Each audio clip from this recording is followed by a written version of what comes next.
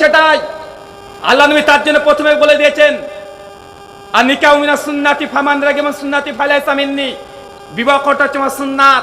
যার সামর্থ্য আছে তারপর বিবাহ করে নাই, তারা আমাদের দলভুক্ত না। কেন এত জোরে কথা বললেন, এত কঠিন করে কেন বললেন? কারণ পৃথিবীর সব ধর্ম বলে বিয়ে করা যাবে না, বিয়ে করলে ঈশ্বরকে পাওয়া যায় না।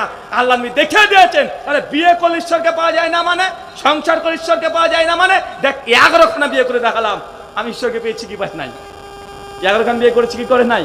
ওই 11খান বিয়ে করে স্ত্রীদের হক রক্ষা করে, রাষ্ট্র চালিয়ে, সমাজ চালিয়ে, যুদ্ধ করে, সব দিক দিয়ে মুহাম্মদ সাল্লাল্লাহু আলাইহি ওয়াসাল্লাম পারফেক্ট একজন ম্যান। ওই মানে ধানের খেতে গিয়ে ওই ধ্যান করা, আমরা কোনো ব্যক্তির আনুগত্য অনুসরণ করি না, এমন ব্যক্তির আনুগত্য অনুসরণ করি যে সব দিক দিয়ে 100% পারফেক্ট। পারফেক্ট কি পারফেক্ট নয়? পারফেক্ট। তা যারা বিয়ে করতে চাও শুনে রাখো, দ্রুত বিয়ে করো। তোমাদের জন্য একটা দোয়া দিয়ে যাই, যারা বিয়ে করতে ইচ্ছুক কিন্তু এখনো বাপ মাকে বলতে পারো না, আল্লাহ সুবহানাহু ওয়া তাআলা এইসব যুবক তরুণদেরকে আগামী বছর ৪র্থ বার্ষিকী ইসলামী মহাসম্মেলনে প্রত্যেকের কোলে যেন একটা সন্তান নিয়ে আসতে পারে, তুমি সেই ব্যবস্থা করে দাও। চলে বলি আমিন। আল্লাহ, চাচারা আমিন বলছে গো। চিন্তা করেছেন চাচা, এই দোয়ে আমিন বলা মানে কি? এই আপনার ৮০ বছরে আর একটা বিয়ে করা লাগবে, মানে আর একটার আপনার আমিন যদি ওই ক্যামেরা যদি শুনে দেখে নাই যে আপনি আমিন বলছেন, বাড়িতে যে চাচি বসে থাকে আপনার খবর আছে, তোমাকে এই দোয়াতে আমিন বলতে বলেছে কে? হ্যাঁ, তুমি জানো এই এই এই এখানে আমিন বললে কি হবে? মানে বুড়ো তো বয়সে আর একটা চাচি চলে আসবে, তাই যেখানে সেখানে আমিন বলিয়েন না, বিপদ আছে। আল্লাহ সুবহানাহু ওয়া তাআলা আনে বোঝার তৌফিক দান করে, সকলে পড়ি আমিন। সম্মানিত শুধু যুবক বলছে যে রুহুল আমিন ভাই, কবর আযাবে বিশ্বাস করি না। আমি বলছি কেন ভাইজান, কি সমস্যা? উনি যুক্তি দিয়ে বলছেন, দেখেন মৃত্যুর পর জাহান্নাম আছে, জান্নাত আছে, পুলসিরাত আছে, বিচার আছে, এইগুলো তো মরার পরে দেখা যাবে। যতক্ষণ না মৃত্যুবরণ করছি ততক্ষণ তো বুঝতে পারবো না। আর এটা এই পৃথিবীতেও নয়, পৃথিবীর বাইরে, তাই ওখানে যেতেও পারছি না। কিন্তু হুজুররা যে বলে কবরের আযাব আছে, কবরে এমন ভাবে আযাব দেওয়া হয়, ডান পাজর বাম পাজরের মধ্যে ঢুকে যায়, বিভিন্ন রকমের আযাবের কথা বলা হয়। তো আমার ছোট থেকেই মানে ইচ্ছা, মরার পরে জান্নাত জাহান্নাম আছে, এটা পরে দেখবো, ওটা দেখা আমার আয়ত্তে নেই। কিন্তু কবর তো দুনিয়াতে আছে, আছে না নাই? বলছে কবর তো দুনিয়াতে আছে, হুজুরা বলছে কবরের আযাব হয়, তো আমারও ইচ্ছা কবরের আযাব কেমন হয় ওটা দেখবো।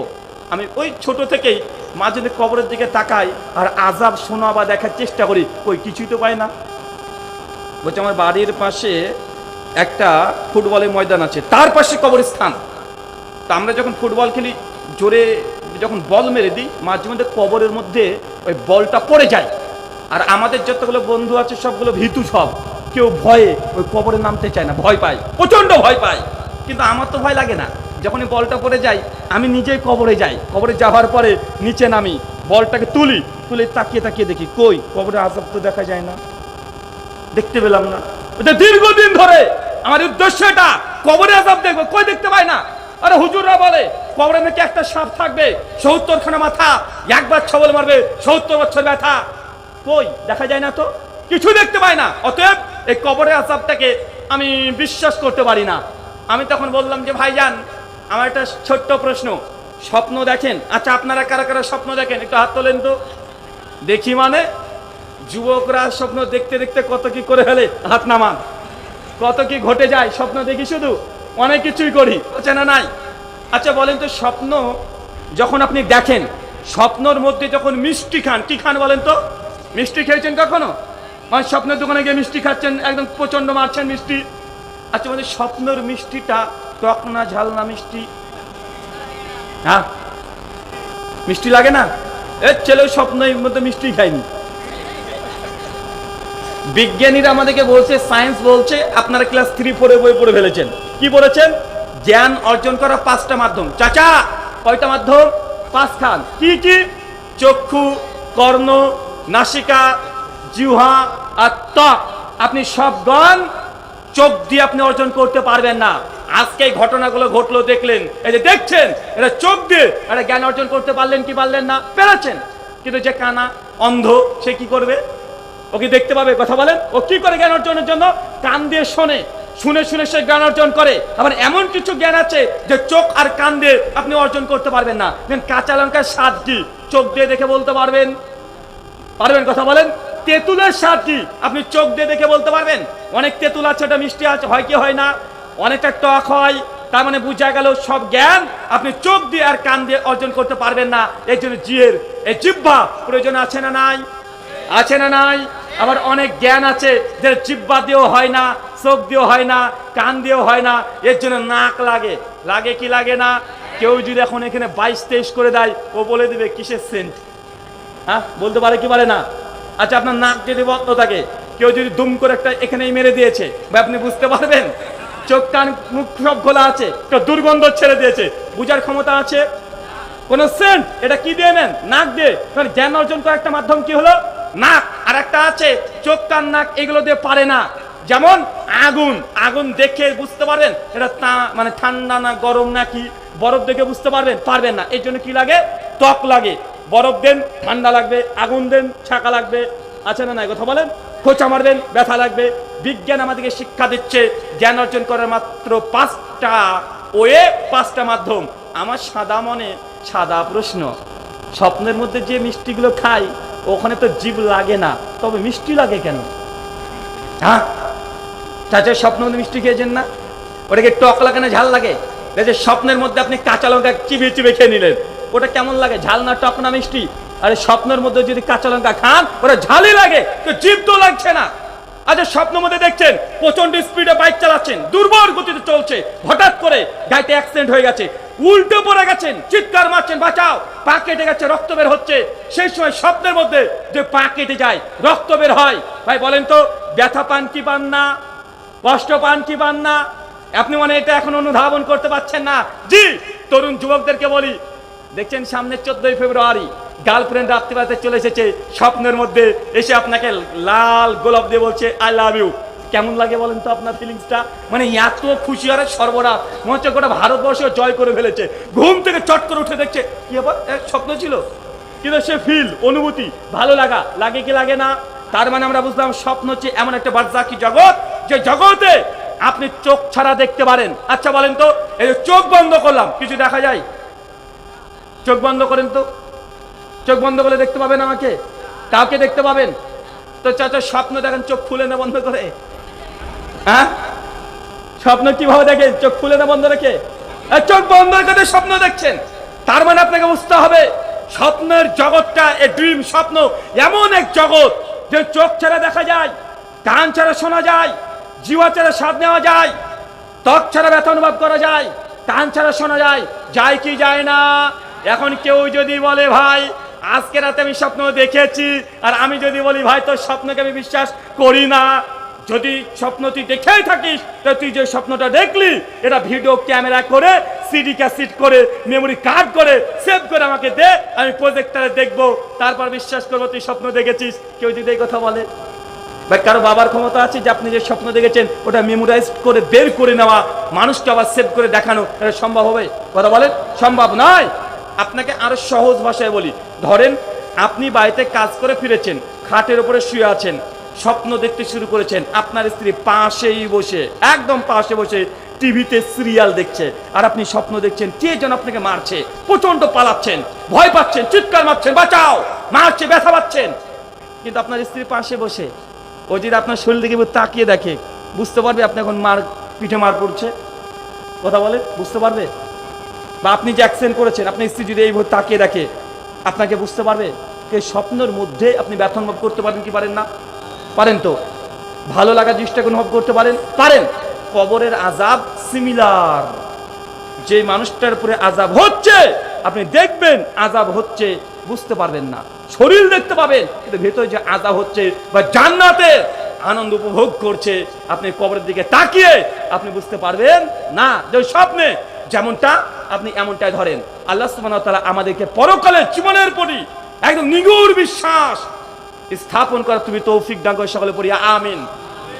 আলোচ্য বিষয়, যে আমলে জান্নাতে ঘর পাওয়া যায়। 3জন ব্যক্তি কোরআন হাদিস ঘাটলে দেখা যায় যারা আগে থেকে জান্নাতে ঘর পেয়ে গেছে। এই 3জনের নাম কে বলতে পারবেন? কে কে পারবেন? হাত তোলেন। হ্যাঁ,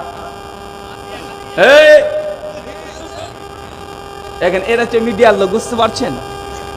নো, যারা যারা এর আগে সোশ্যাল মিডিয়া থেকে প্রশ্ন উত্তর জেনে নিয়েছো তারা হাত তুলবেন না, কারণ এখন ফেসবুক হাফেজাহুল্লাহ আর ইউটিউব দামাত বারকাতুম আলিয়ার মানে এত বরকত ফজিলত, মানে একটা আলোচনা যদি আমরা করে দিয়েছি ওটা ইউটিউবে রেকর্ড হয়ে আছে, ওখান থেকে শুনে প্রশ্নের হাত তুলছে এখন যে না চিটিংবাজি চলবে না, একদম ফ্রেশ।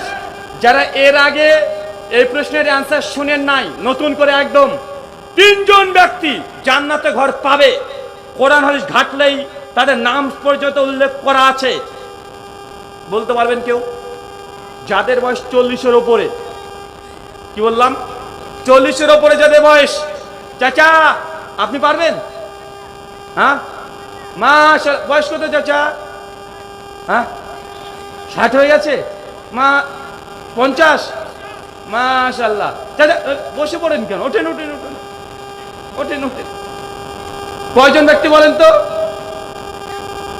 একজন বলতে পারবেন? মাশাআল্লাহ, একটাই বলেন তাহলে দেখি।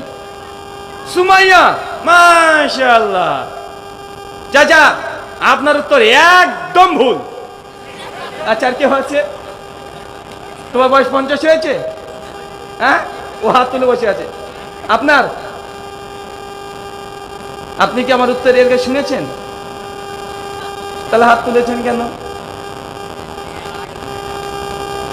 পেছন দিয়ে চাচারা বয়স যদি 40-এর ওপরে হয়, এখানে আমার পকেটে টাকা আছে, 3 জনের নাম যদি কেউ বলতে পারেন 300 টাকা দেবো।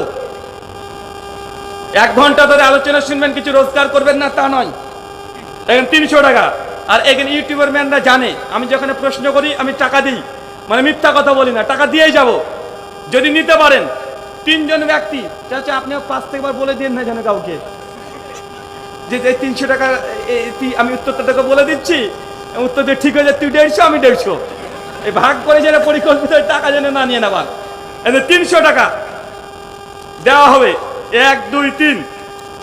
যদি বলতে পারেন 3 জন ব্যক্তি জান্নাতে অলরেডি ঘর পেয়ে গেছে বা পাবে, কোরআন হাদিসের নাম উল্লেখ করা আছে, শুধু নাম 3 জনে বলেন, কেউ বলতে পারবেন? হাত তোলেন তো দেখি। বয়স দেখেছেন টাকাটা নেওয়ার ধান্দা। আচ্ছা বলেন তো, ওঠেন তো, আপনি ওঠেন। 3 জনে বলতে পারবেন? পারবেন কি না আগে 3 জনে তাই বলেন, পারবেন? আচ্ছা বলেন, ভয় পাচ্ছে।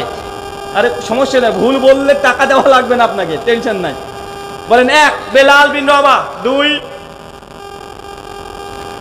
আবু বকর রাদিয়াল্লাহু তাআলা আনহু, মাশাআল্লাহ, 3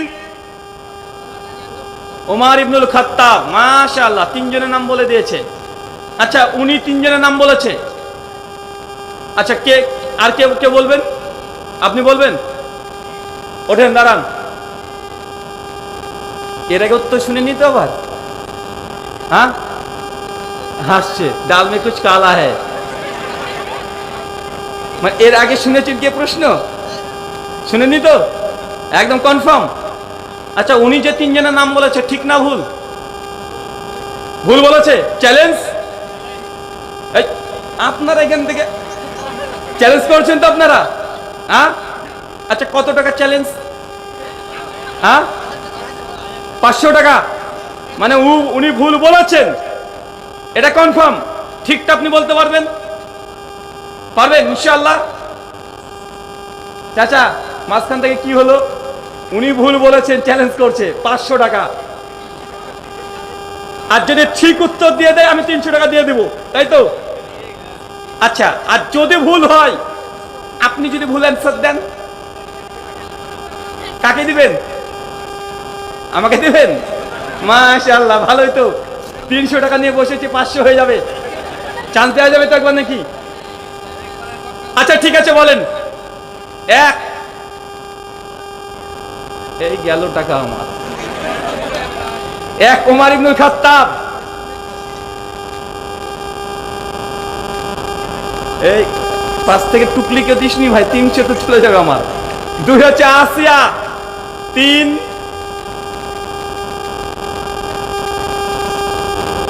শেষ খাদিজাতুল কুবরা, আচ্ছা উনি কি ঠিক বলেছেন? এত হাসি কিসটা আপনাদের? কত ঈশ্বর জমা 300 টাকা নেবে, মতো হুজুর কেমন প্রশ্ন করবে যে উনি উত্তর দিতে পারবে? এটা হয়? হ্যাঁ, কত সহজ। আচ্ছা উনি কি ঠিক বলেছে মনে হচ্ছে আপনার? হ্যাঁ, ঠিক বলেনি? আপনি দাঁড়ান। উনি, আপনি যে ভুল বলেছেন, উনি বলছেন 500 টাকা দেবে, আপনি ভুল। আচ্ছা আপনি ওনাকে চ্যালেঞ্জ করছেন? চ্যালেঞ্জ করবেন না? চ্যালেঞ্জ করবে না, এমনি ভুল বলছে, তাহলে তো ভাই আর হলো না। আচ্ছা উনি যে 3 জনের নাম বলেছে, আচ্ছা আপনাদের মধ্যে কেউ চ্যালেঞ্জ করবেন? হ্যাঁ, তুমি চ্যালেঞ্জ করবে? দাঁড়াও দেখি, এই তো ছেলেদের তো হলেই তো আমার টাকাটা বেঁচে যায়। বলো উনি ঠিক বলেছেন না ভুল বলেছে? ভুল বলেছে। কত টাকা চ্যালেঞ্জ ভাই? কত টাকা চ্যালেঞ্জ করবে? চ্যালেঞ্জ করবে না? হ্যাঁ, আরে ভাই আমি চাচ্ছি যে আপনার চ্যালেঞ্জ করে দুজনের টাকা দিয়ে মিটচুট করে দিয়ে আমারটা পকেটে পুরি। এই আপনারা ধুলিয়ানের মানুষ তো খুব চালাক রে ভাই, মানে ভুল বলেছো বলবো কিন্তু চ্যালেঞ্জ করবো না, মানে পকেটে টাকা বের করবো না। তুমি দাঁড়িয়েছো কেন ভাই? উত্তর দিবেন? মাশাআল্লাহ, এরকমই তো চাচ্ছি। বলো উনি ঠিক বলেছে না ভুল? ভুল বলেছে। ইয়াকে তো খুঁজছি আমি। চ্যালেঞ্জ, উনি 500 টাকা চ্যালেঞ্জ করেছে যে উনি ঠিক বলছেন। আপনি কত? কি মানুষ রে ভাই, এর টাকার ময় কত দেখেছেন? ও তো একদম 500 টাকা বলছে যে আমি ঠিক বলছি, 500 টাকা চ্যালেঞ্জ। তুমি চ্যালেঞ্জ করছো কিন্তু। আচ্ছা নাম বলো। সুমাইয়া 1, মাশাআল্লাহ 2, খাদিজা রাদিয়াল্লাহু আনহা 3। হচ্ছে না, একটু পেটে লাথি মারে, ঘুষি মারেন, মুখ দিয়ে যেন বেরিয়ে যায়। মানে পেটে আসছে মুখে আসছে না মনে হয়। পেটে তুই একটা কিল ঘুষি মারেন, মুখ দিয়ে বেরিয়ে যাবে। উমর বিন খাত্তাব বলেন। 1 আসিয়া 2, কি নাম বললো? জাফর রাদিয়াল্লাহু আনহু, মাশাআল্লাহ, মানে আহলে বাইতের অন্তর্ভুক্ত একজন। তারপরে বলে 3 বেলাল বিন রাওয়াহ। ভুল বলছে? হ্যাঁ ভুল বলছে। ভাই তো চ্যালেঞ্জ করিস না, শুধু ভুল ভুল করিস কেন রে ভাই? মাশাআল্লাহ, আপনারা অনেকেই অংশগ্রহণ করেছেন, আলহামদুলিল্লাহ। এদের মধ্যে যিনি 100% ঠিক কথা বলেছেন উনি হচ্ছেন উনি। ওই দেখেন, চলে আসেন, চলে আসেন, দ্রুত চলে আসেন। হ্যাঁ বলতে শুনেছেন না? হ্যাঁ ভাই, আপনি শুনেছেন নাকি এর আগে? না, উনি বলেছেন শুনে নাই। 1 লাফে উঠতে পারবেন? পারবেন না? তো আপনি ওই দিক দিয়ে আসেন, ওই সাইড দিয়ে আসেন, পেছন দিক দিয়ে। মাশাআল্লাহ, ঠিক আছে, চলে আসেন, এদিকে চলে আসেন। শোনেন, উনি যদি শুনিয়ে থাকেন তাও উনি পাওয়ার হকদার, কারণ বক্তব্য শুনে মনে রেখেছে না ভাইজান? মাশাআল্লাহ। জি শুকরান, বারাকাল্লাহ ফিক। না না, তোমরা ইউটিউবারদেরকে বিশ্বাস নাই, বুঝতে পারলেন না? ওদেরকে ধরা যাবে না। ধরা যাবে? ওরা প্রত্যেকটা জায়গাতে ঘোরাঘুরি করছে আর সোশ্যাল মিডিয়ায় এগুলো দিচ্ছে, ক্যাপশন ওরাই দেয় উল্টা পাল্টা, তাই ওদেরকে প্রশ্ন করা যাবে না। জি বসেন। শুকরান। তার মানে বোঝা গেল 3 জন ব্যক্তি। চাচা কয়জন ব্যক্তি জান্নাতে ঘর পেয়ে গেছে?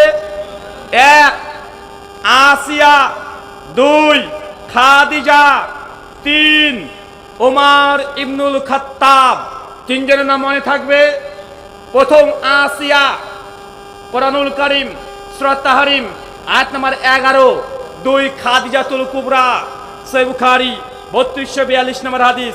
3 ওমর ইবনুল খাত্তাব, সহিহ বুখারী 3820 নম্বর হাদিস। এই 3টা হাদিসে আল্লাহ নবী জানিয়ে দিয়েছেন, একদিন আল্লাহ নবী বাড়িতে বসে আছেন, হঠাৎ করে ফেরেশতা জিবরিল বাড়িতে ঢুকে গেছে। ঢুকে গিয়ে বলছেন, ইয়া রাসূলুল্লাহ, ওই দেখেন খাদিজা আপনার স্ত্রী আসছে, তার হাতে একটা খাওয়ার পাত্র আছে। আল্লাহ নবী আপনি জানিয়ে দেন, আল্লাহ খাদিজার জন্য জান্নাতে এত সুন্দর ঘর তৈরি করেছে, যার ভেতর থেকে বাইরে দেখা যায় আর বাইরে থেকে ভিতর দেখা যায়। এই হাদিস প্রমাণ করে আল্লাহ নবী আলাইহিস সালামকে জানানো হয়েছে খাদিজাতুল কুবরা জান্নাতে ঘর পাবে। 3 জনের নাম মনে থাকবে ইনশাআল্লাহ? থাকবে। চলেন আমি কিছু আমলের কথা বলি, যে আমলগুলো করলে আপনিও জান্নাতে ঘর পাবেন। ইনশাআল্লাহ করবো তো? কারা কারা আমল করতে রাজি আছে একটু হাত তোলেন। কে কে আমল করবেন একটু হাত তুলি। আমি 3 থেকে 4টা আমল বলবো, এই আমলগুলো করলেই আপনিও যাবেন না। শেষ দোয়া পড়ে যেতে হয়। জি, সভা সমাপ্তি ঘোষণা না হওয়া পর্যন্ত যাওয়া উচিত হবে না। 10টা বেজে গেছে। হ্যাঁ, 10টা বেজেছে। সমাপ্তি ঘোষণা করা হবে, দোয়া পাঠ হবে, তাহলে শুকরান। সভাটা কমপ্লিট হবে। আমি 3 থেকে 4টা আমলের কথা বলবো, যে আমলগুলো করলে আপনি উমর বিন খাত্তাব, বিবি আসিয়া, খাদিজাতুল কুবরা তাদের মতো আগে থেকে জান্নাতে ঘর পেয়ে যাবেন। চলেন, 1 সহিহ বুখারী হাদিস নাম্বার 450। আল্লাহ নবী বলছেন, কেউ যদি দুনিয়াতে মসজিদ নির্মাণ করে, কি নির্মাণ করে?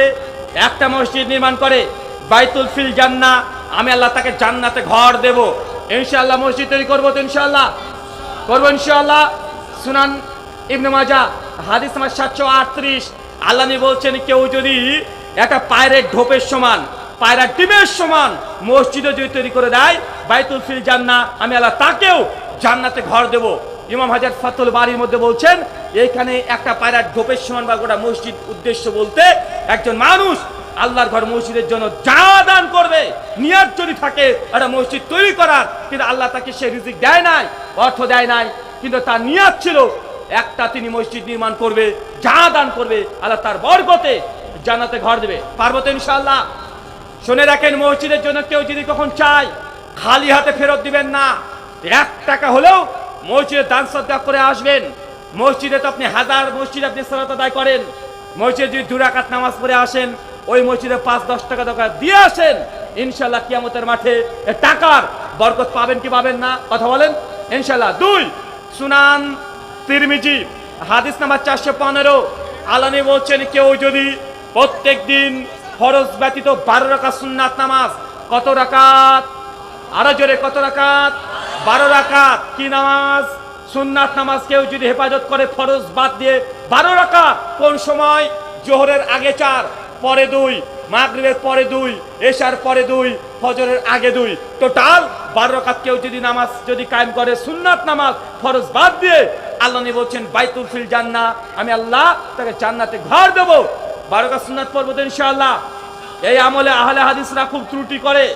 অনেক আহলে হাদিস যুবকদেরকে তন্দেকে দেখা যায় ফরজ পড়ে মসজিদকে ত্যাগ করে দিয়ে চলে যাচ্ছে। আলহামদুলিল্লাহ, এই সুন্নাত নামাজের পাবন্দি সহকারে সবচেয়ে বেশি আদায় যারা করে, তারা আমাদের সমাজের হানাফি ভাইরা। করে কি করে না? কিয়ামতের মাঠে যদি দেখেন হানাফিরা এই 12 রাকাত সুন্নাত নামাজ পড়ে জান্নাতে আগে থেকে ঘর পেয়ে গেছে, আর আপনি আহলে হাদিস ঘরে বাইরে যদি দাঁড়িয়ে থাকেন, কেমন লাগবে? এই সুন্নাত নামাজ পড়বেন ইনশাআল্লাহ। 3 সুনান দারিমি হাদিস নাম্বার 438। আল্লাহ নবী বলেন, কেউ যদি প্রত্যেকদিন 10 বার সূরাতুল ইখলাস, কতবার? চাচা সূরা ইখলাস জানেন না? বাবা সূরা ইখলাস তো জানি না। চাচা আপনি জানেন, নাম জানেন না, তবে কোনটা সূরা ইখলাস? ওই যে কুল সূরা। কোনটা? কুল হুয়াল্লাহু আহাদ, বলো তিনি আল্লাহ এক এবং অদ্বিতীয়। আল্লাহুস সামাদ, তিনি আল্লাহ কাহার মুখাপেক্ষী নন। লাম ইয়ালিদ ওয়া লাম ইউলাদ, তিনি আল্লাহ কাউকে জন্ম দেন নাই, আল্লাহ কাউকে জন্ম দেন নাই। ওয়া লাম ইয়াকুল লাহু কুফুয়ান আহাদ, আল্লাহর সমকক্ষ কোনো কিছু নেই।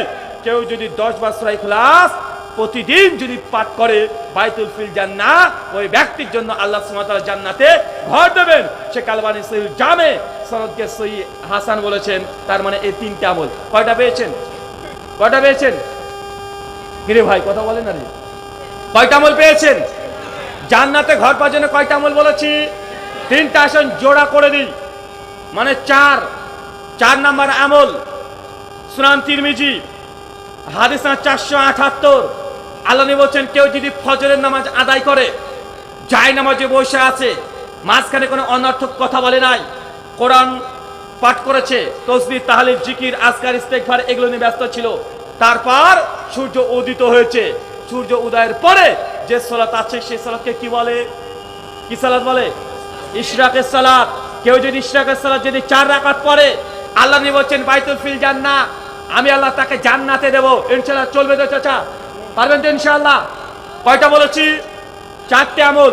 এখন চট করে দাঁড়িয়ে একজন বলে দেন তো, যে 4টে আমলের কথা বললাম যে জান্নাতে ঘর পাওয়া যায়, শুধু আমলগুলোর নাম বলেন তো একজন, যে পারবেন।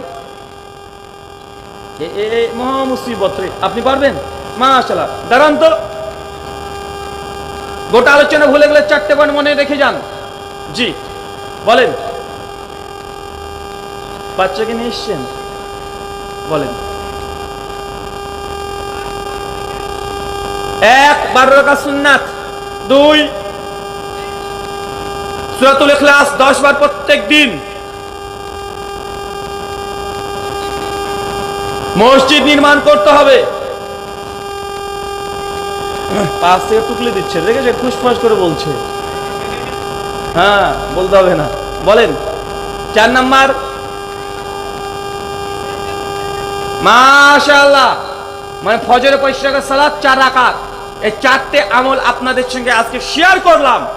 আরো প্রায় 8 থেকে 10টা এমন আমল আছে যে আমলগুলো করলে আল্লাহ জানিয়ে দিয়েছেন দুনিয়াতেই মানুষের সে আমলে যদি পাবন্দি সহকারে করে বাইতুল ফিল জান্নাহ, আল্লাহ আগে থেকে মৃত্যুর আগে আপনার জন্য জান্নাতে একটা ঘর প্রস্তুত করে রেখে দেবে ইনশাআল্লাহ। করবো তো ইনশাআল্লাহ। মহান সত্তা আল্লাহর সঙ্গে হচ্ছে দোয়া। আল্লাহ যে কথা বললাম প্রথমে আমাকে, তারপর আপনাদের প্রত্যেককে আমল করার তৌফিক দান করে, সকলে বলি আমিন। আল্লাহ এই 4টে আমলের মধ্যে যে কোনো একটা আমল আমাদের করার মতো তুমি সামর্থ্য জুগিয়ে দাও, সকলে বলি আমিন। আমাদের মধ্যে যারা মৃত্যুবরণ করেছে আল্লাহ, তুমি তাকে যদি শিরক না করে মৃত্যুবরণ করে তুমি তাকে ক্ষমা করে জান্নাতুল ফেরদৌস দান করো, সকলে পড়ি আমিন। আমাদের মধ্যে যারা অসুস্থ আল্লাহ সুবহানাহু ওয়া তাআলা তুমি আশ-শাফি, তুমি সুস্থতা দানকারী।